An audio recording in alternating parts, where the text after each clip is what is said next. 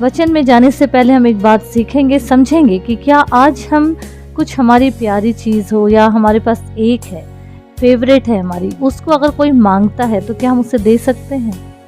अगर देंगे भी तो कितना मन को बिल्कुल मार के देंगे, दुखी हो जाएंगे। पर परमेश्वर का धन्यवाद हो हर पल के लिए कि परमेश्वर अपने लोगों को अपने लिए तैयार करते हैं। अगर हम उत्पत्ति उसके 22 अध्याय को पढ़ते हैं तो उसमें अब्राहम की परीक्षा का पूरा वर्णन किया गया है। जब परमेश्वर ने देखा कि बुढ़ापे में अब्राहम को एक पुत्र मैंने दिया है, कहीं ऐसा तो नहीं कि बुढ़ापे में जो पुत्र इसको मिला है उसके प्यार में वो इतना बिजी हो गया, इतना मिक्स हो गया है कि मेरे प्यार को तो नहीं भूल गया। ये सोच के परमेश्वर ने उसकी परीक्षा की और उससे क्या कहा कि तू मोरिया पर्वत में जाकर मेरे लिए अपने इकलौते पुत्र इसहाक को बलिदान करके चढ़ा, जिससे तू अत्यंत प्रेम करता है। अगर कोई और होता उसके जगह तो वो सवाल पे सवाल कर बैठता, एक तो मैं इतना बुजुर्ग हो गया हूँ, बूढ़ा हो चला हूँ, उसके बाद तूने मुझे ये पुत्र दिया है और उसके बाद आशीष भी दे दिया है, लेकिन उसके बाद भी आप ऐसी बात कर रहे हो कि अपने पुत्र को बलिदान करके चढ़ा दो।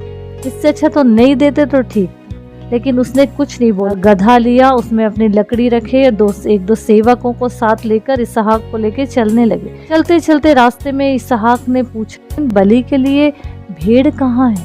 तब अब्राहम ने क्या कहा, परमेश्वर ही उपाय करेगा, क्योंकि उसका ये भरोसा था, विश्वास था परमेश्वर के ऊपर मजबूत।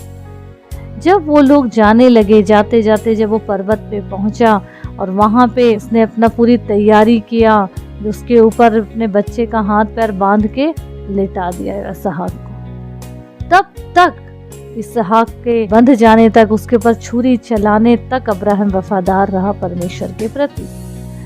लेकिन जैसे ही उसने अपने चाकू उठा के उसको मारने के लिए तैयारी किया, उसी समय परमेश्वर ने अपने दूत को भेजकर उसके हाथ को रोक दिया और क्या कहा कि हे अब्राहम, हे अब्राहम, देख मैं यहाँ हूँ। अब्राहम ने कहा, उसने कहा उस लड़के पर हाथ मत बढ़ा और न उससे कुछ कर, क्योंकि तूने जो मुझसे अपने पुत्र वरन अपने इकलौते पुत्र को भी नहीं रख छोड़ा, इससे मैं अब जान गया कि तू परमेश्वर का भय मानता है। अगर हम 22 उसका 11-12 पद पढ़ेंगे तो हमें ये मिलेगा।